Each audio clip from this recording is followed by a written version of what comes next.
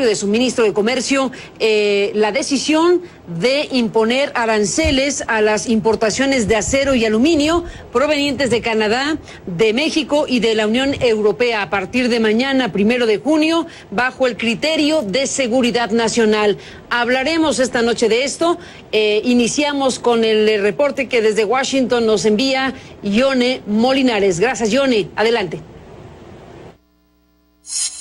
Los socios comerciales más grandes de Estados Unidos tendrán que pagar 25% en aranceles por la importación de acero y 10% por la importación de aluminio.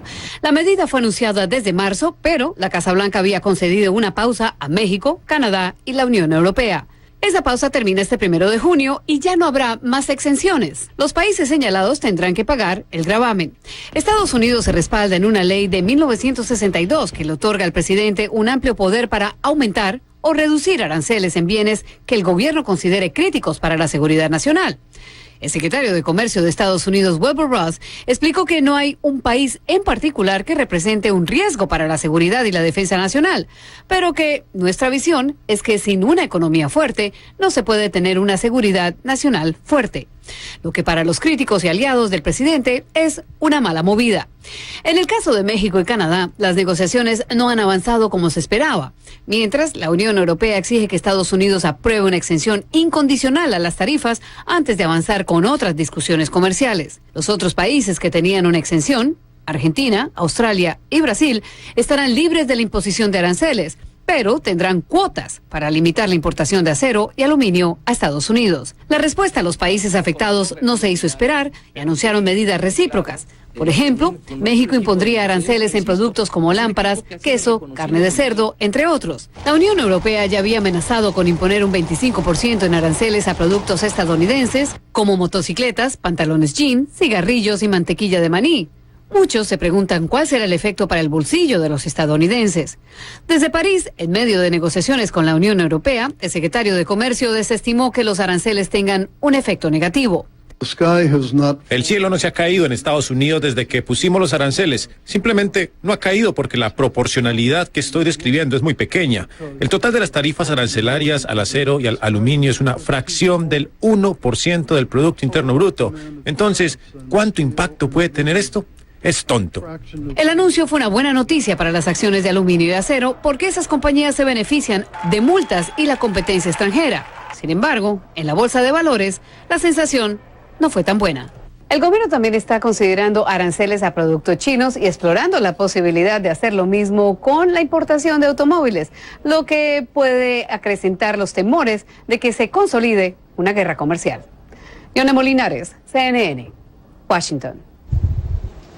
Gracias a Yone, Molinares por esta información. Bueno, pues ahí está lo que dice el encargado del comercio de los Estados Unidos, ver para creer estas declaraciones en este entorno. Y bueno, pues hablemos de esto esta noche con nuestros dos invitados a quienes aprecio muchísimo, que esté Adolfo Laborde en la Ciudad de México e Isaac Cohen en Washington. Adolfo Laborde, un especialista en temas internacionales. Gracias por estar aquí esta noche. Muchas gracias. Bienvenido, Adolfo. Gracias a Isaac Cohen, un importante consultor internacional. Gracias, Isaac, por este enlace de México a Washington, México. Bienvenido, buenas noches.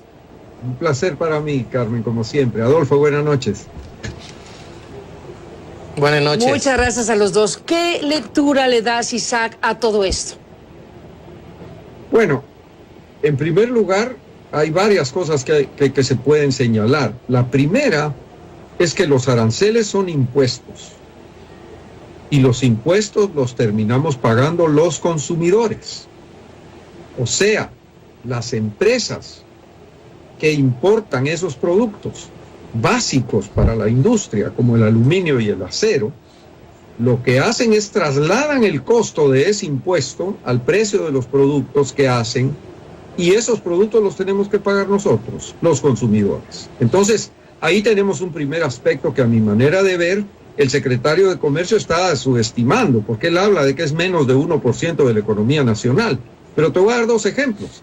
La constructora de tractores más grande de Estados Unidos, que es la compañía Caterpillar, las acciones de la compañía Caterpillar se vinieron abajo en la bolsa de valores 3% hoy en la mañana, ante el anuncio. Esto significa de que las empresas importadoras van a sufrir con esto y a la par de eso vamos a sufrir los consumidores, que son los que vamos a pagar la cuenta. Entonces tenemos una administración que está rebajando impuestos por una parte, pero por otra parte los está subiendo.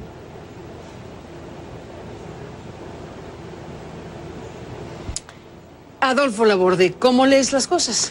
Bueno, esto es un tema complejo porque va más allá de los aranceles, afecta no solamente la planta productiva, afecta lo que le denominan en comercio internacional las cadenas de valor, ¿no? La cadena productiva de una empresa se ve impactada porque tiene que buscar mayores suministros, más baratos, al mismo precio por lo menos, y eso lógicamente tiene que ver con lo que tienen, tiene que ver con lo que van a comprar para elaborar los productos que están íntimamente relacionados con ese sector. Número uno. Y número dos, me parece que es compleja la situación porque esta estrategia de establecer cuotas no arancelarias o establecer cuotas complementarias, como se le llama en el comercio internacional, es parte de una estrategia global para poder inhibir la inversión, para poder generar cierto tipo de simpatía con un sector que ya se ha comentado eso, y al final de cuentas generar esa estrategia de repatriar capitales, producir en Estados Unidos, que tiene tintes lógicamente pues electorales, ¿no? Eso es lo que yo veo, y pues 25% de un producto quizá no le impacte mucho a un sector, pero sí le impacta a los productores nacionales.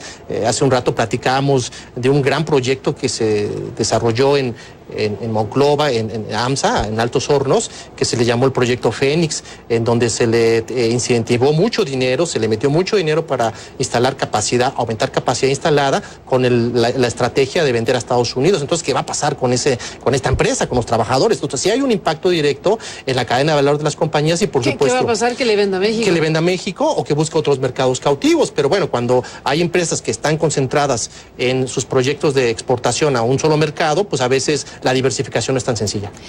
Déjame, Isaac Cohen, tomar el hilo de lo que tú mismo estabas diciendo antes de empezar esta transmisión en vivo. Estábamos conversando, Adolfo, Isaac y yo, previo a la transmisión en vivo. Déjame tomar el hilo de lo que estabas a punto de decirnos hace un momento, la racionalidad de esto. Tú estás cuestionando la racionalidad de esta decisión. Déjame hacer una pausa, Isaac, Adolfo, y después de la pausa escuchamos esta parte de tu reflexión. Volvemos.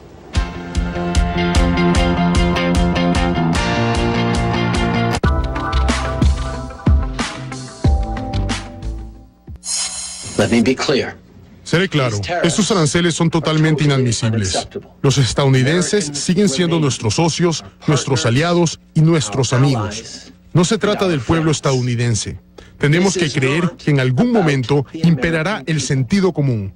Pero hoy no vemos señal alguna de ello en las medidas del gobierno de Estados Unidos. Con estas medidas, el gobierno de México reitera que actúa como lo que somos, una nación soberana, una nación que tiene la capacidad y la voluntad para defender nuestros intereses.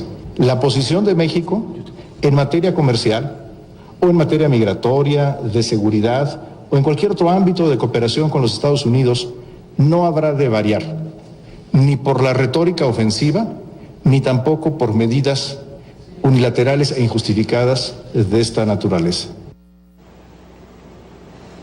Ahí están las posturas de los dos gobiernos, el de Canadá y el de México en voz del doctor Videgaray, en el caso de Canadá, Justin Trudeau, que da pie esta declaración de Trudeau a retomar el hilo, Isaac Cohen, de la racionalidad o no de esto. Escuchar a Trudeau decir, estos aranceles son inadmisibles y confiamos en que imperará el sentido común, porque ahora no vemos nada de eso en estas decisiones. Es decir, está Canadá y su primer ministro diciendo esto no tiene ni siquiera el cumplimiento básico del sentido común. Isaac Cohen, tú discutes la racionalidad. Cuéntanos. Gracias, Carmen. Mira, lo que pasa es lo siguiente, estoy teniendo, como observador de la política comercial de Estados Unidos, mucha dificultad en encontrarle la racionalidad a todo esto. Porque el gobierno está dividido en dos facciones. El gobierno de Estados Unidos, dentro de él hay dos facciones. Una facción es una facción globalista, representada por el secretario del Tesoro, Steven Mnuchin, y por el director del Consejo Económico Nacional, Lawrence Kudlow. La otra facción es una facción proteccionista, en donde está el profesor Navarro, que es un asesor económico del presidente en la Casa Blanca, el secretario de Comercio, Wilbur Ross. Y entonces esto hace que la política de Estados Unidos se mantenga en un zigzag permanente, porque se va para un lado y luego corrige y se va para el otro. Te voy a dar un ejemplo. El secretario Mnuchin dirigió una misión a China, en donde decretaron una tregua en lo que él llamó la guerra comercial. Vamos a hacer una pausa en la guerra comercial, dijo como resultado de eso. Regresaron a Washington y el profesor Navarro se permitió criticar públicamente al secretario del Tesoro de Estados Unidos, diciendo de que el secretario se había equivocado, que eso no era cierto. Entonces están dando este tipo de medidas. Yo quisiera aquí citar mejor al Wall Street Journal del día 25 de mayo, que dijo: todo esto es un montón de amenazas compulsivas, mal concebidas, están aumentando la incertidumbre en los negocios, desacelerando la economía e irritando a los amigos. Porque invocar la seguridad nacional para aplicar medidas en contra de las importaciones de Canadá, de México y de la Unión Europea, eso no afecta a la seguridad. El propio secretario de Comercio, cuando habló de eso, le costó decir dónde estaba la amenaza a la seguridad de Estados Unidos. Estos son países amigos, son los mejores socios comerciales de Estados Unidos. Entonces, no hay racionalidad, lo siento, no la encuentro. Tengo al Wall Street Journal que me apoya en esto, y yo creo que la falta de sentido común que dijo el primer ministro de Canadá también lo apoya. ¿Tú encuentras, Adolfo, racionalidad en el tema? Hay un estado racional, yo creo que sí hay un estado racional. ¿Por qué? Por dos razones. La primera es un cambio de paradigma en la política comercial.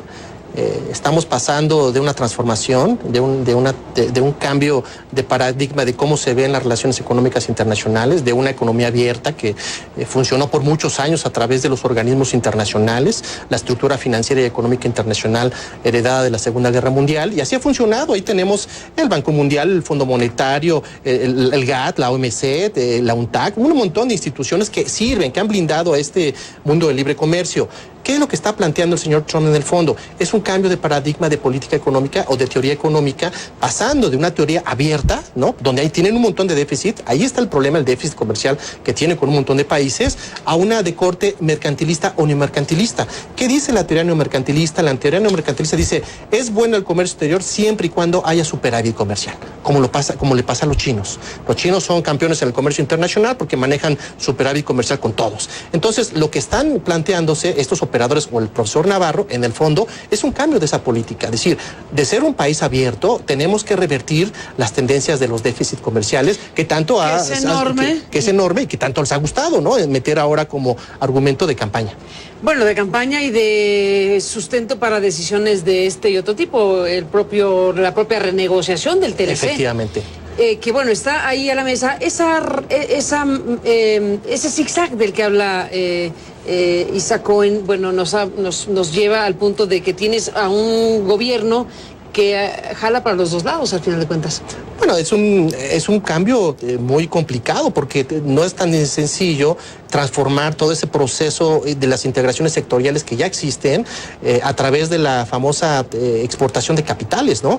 Los norteamericanos empezaron a sacar dinero de su país por dos razones: para contaminar menos en Estados Unidos y para hacer más eficientes las tasas de retorno. Entonces, por eso se establecieron en todas partes. De lo que no se habla es del famoso comercio intrafirmas, ¿no? Muchas empresas que están establecidas en todas partes, ese dinero lo regresan, y entonces gran parte, me parece que es alrededor del 20% de los déficits comerciales que tiene Estados Unidos, es gracias a ese comercio intrafirmas de las propias empresas norteamericanas. Entonces, la cadena de valor que han encontrado los norteamericanos en esta exportación, el establecimiento de complejos en el extranjero, les ayuda a la competitividad, ¿no? En el caso de México, la industria automotriz pues resulta un poco irracional, como bien comenta nuestro colega en Estados Unidos, porque el hecho de transformar o implementar los costos de producción, va a evitar que estos automóviles norteamericanos dejen de competir con otras marcas. Pero también ahí en el fondo hay otro tema que se ha discutido en el tema del Tratado de Libre Comercio, que son las reglas de origen. El fondo también son las reglas de origen, porque gracias a los acuerdos comerciales, algunas empresas globales se han insertado en los acuerdos comerciales. Eso se le llama el salto arancelario, ¿no? Pasan como productos nacionales, siendo que no lo son. Entonces también ahí viene el problema y la detección de estos operadores comerciales de los Estados Unidos. Déjenme hacer una pausa, Isaac, Adolfo, y regresamos en la parte final. Bueno, desde luego les dejo el tema obligado también, de qué forma afectará al Tratado de Libre Comercio, que está en pleno proceso de renegociación. ¿Qué opinan de las respuestas que se han dado ya formalmente para, equilibrar, para responder directamente a esta decisión del gobierno estadounidense? México impondrá medidas equivalentes a diversos productos como aceros planos, lámparas, embutidos, manzanas, uvas, arándanos, diversos quesos, entre otros, hasta por un monto equiparable al nivel de la afectación. Ya Canadá ha hablado, ya la Unión Europea también. Regresamos en la parte final con eso. México lamenta profundamente y reprueba la decisión de los Estados Unidos de imponer estos aranceles a las importaciones de acero y aluminio provenientes de México a partir del 1 de junio bajo el criterio de seguridad nacional. México ha indicado en reiteradas ocasiones que este tipo de medidas bajo el criterio de seguridad nacional no son adecuadas ni justificadas. El arancel que ha impuesto el gobierno del presidente Trump al aluminio del 10% refleja claramente un gobierno que quiere posicionar a su industria de forma retraída, que quiere protegerla cuando el mundo sea globalizado. Para la industria de México, del aluminio y sus empresarios, esto es totalmente inadecuado, lo rechazamos contundentemente, pensamos que va a haber afectaciones, sí, y desgraciadamente para el consumidor final, no para la industria. Dado este escenario, es de que México tiene que seguir avanzando en una política industrial que eleve nuestras capacidades productivas, competitivas y no depender de un solo mercado. Llega el momento de plantearnos seriamente cómo nos vamos a integrar hacia adentro, pero también hacia América Latina, hacia la Unión Europea y hacia el Pacífico Asiático, particularmente China, en una integración económica que vaya más allá de lo comercial, porque es justamente lo que Donald Trump está trastocando.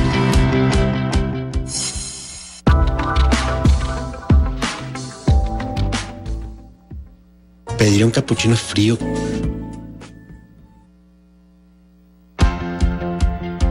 Entramos en la parte final. Isaac Cohen, Adolfo Laborde, a los dos gracias de nuevo por estar aquí. Bueno, tenemos ahí los temas. El TLC, las respuestas que se dieron de inmediato. ¿Qué balance hacer?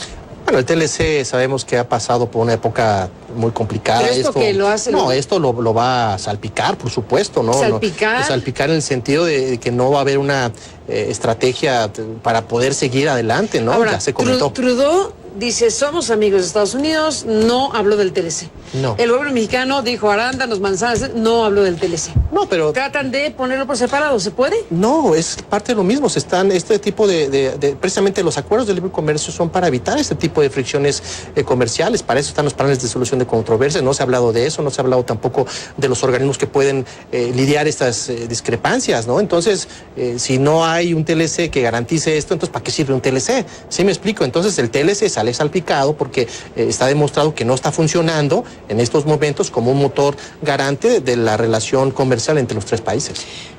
Isaac, ¿qué dices sobre esto en la parte final? Carmen, por seguridad nacional, cualquier gobierno, inclusive miembro de un TLC, puede poner las medidas que quiera siempre y cuando se justifiquen. Y el problema es que estas medidas no tienen sentido común, como dice el primer ministro Trudeau, no tienen racionalidad. Imagínate que como resultado de todo esto van a haber represalias contra exportaciones agrícolas de Estados Unidos. Y los agricultores en este momento están temblando en Estados Unidos precisamente porque les van a dejar de comprar sus productos. Aquí el que va a perder en esto va a ser el presidente Trump, porque son los estados en donde él triunfó en las elecciones de 2016. Entonces, lo que va a pasar es que en 2018 les va a ir muy mal en las elecciones al Partido Republicano. porque los partidarios del Partido Republicano están siendo afectados por estas medidas. El TLC va a continuar. ¿Por qué? Porque es un negocio de $1 billón. $1 billón, estoy hablando de 1 millón de millones al año de comercio. Eso no se puede deshacer. No es como vender un departamento en Manhattan, deshacer un negocio de esos. Entonces, el TLC va a continuar. Lo que pasa es que se están agarrando de la excusa de la seguridad nacional, porque así no tienen ni que ir a la Organización Mundial de Comercio y pueden exceptuarlo de las medidas del TLC.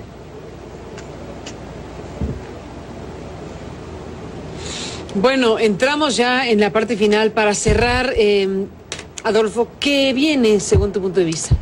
Bueno, viene una situación estática, ¿no? Va a haber inacción, me parece, en términos de negociación.